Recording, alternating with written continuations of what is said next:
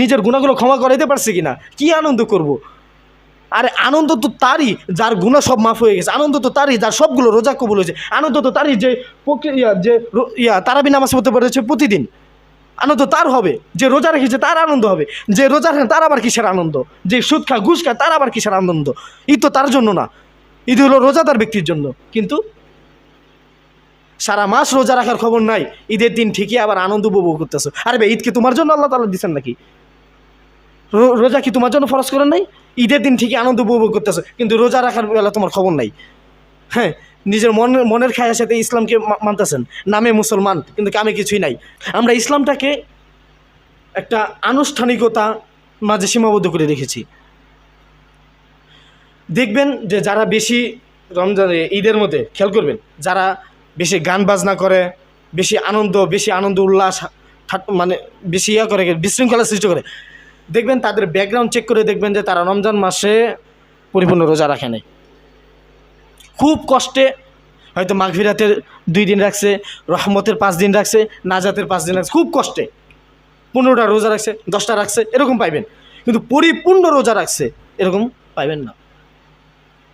আরে ভাই, যে রোজা রাখে না তার আবার কিসের আনন্দ? যেটা বলতে চাচ্ছিলাম যে ঈদের মাঝে আমরা গান বাজনা, এটা কাদের নীতি? ইসলামের নীতি? সাহাবে কেরাম কি এটা করে গিয়েছেন? নবী কি এটার অনুমতি দিয়েছেন? হাদিসে কি এরকম কোনো জায়গায় আছে যে তোমরা ঈদের দিন আনন্দ উল্লাস করার জন্য গান বাজাও? আছে? আনন্দ উল্লাস করার জন্য গার্লফ্রেন্ডকে নিয়ে যাও ঘুরতে? ঈদের দিন, আরে একটা খুশির দিন, এই দিনে শত শত ধর্ষণ হয়। কেন হয়? হয় কেন? এই যে নারী পুরুষ অবাধে মিলামেশা।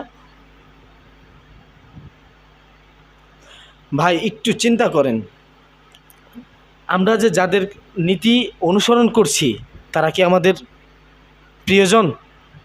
এই যে গান বাজনা করতেছি, গান বাজনা কি এটা মুসলমানদের ঐতিহ্য?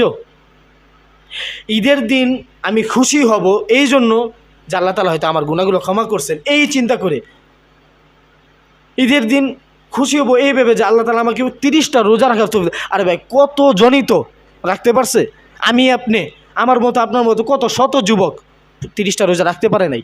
আপনি যে 30টা রোজা রাখতে পারছেন এইটার জন্য আপনি খুশি হবেন যে আল্লাহ তাআলা আমারে 30টা রোজা একদম পরিপূর্ণভাবে রাখার তৌফিক দান করছে। এখন ভুল ত্রুটি হবেই, মানুষ মানে ভুল, নাস জিনিসটা মিনান নিসিয়ান, তো ভুল হবেই। তো ওই ভুল ত্রুটিগুলো আল্লাহ তাআলা ক্ষমা করে দেবেন, ওইটাও ক্ষমা দৃষ্টি দেখবেন। না, আমি যে এই 30 দিন রোজা রাখতে পেরেছি এটা সৌভাগ্য যে আমার, এই জন্য আমি খুশি হব। কিন্তু আমরা, আল্লাহ আমাদেরকে সকলকে হেদায়েত দান করুক।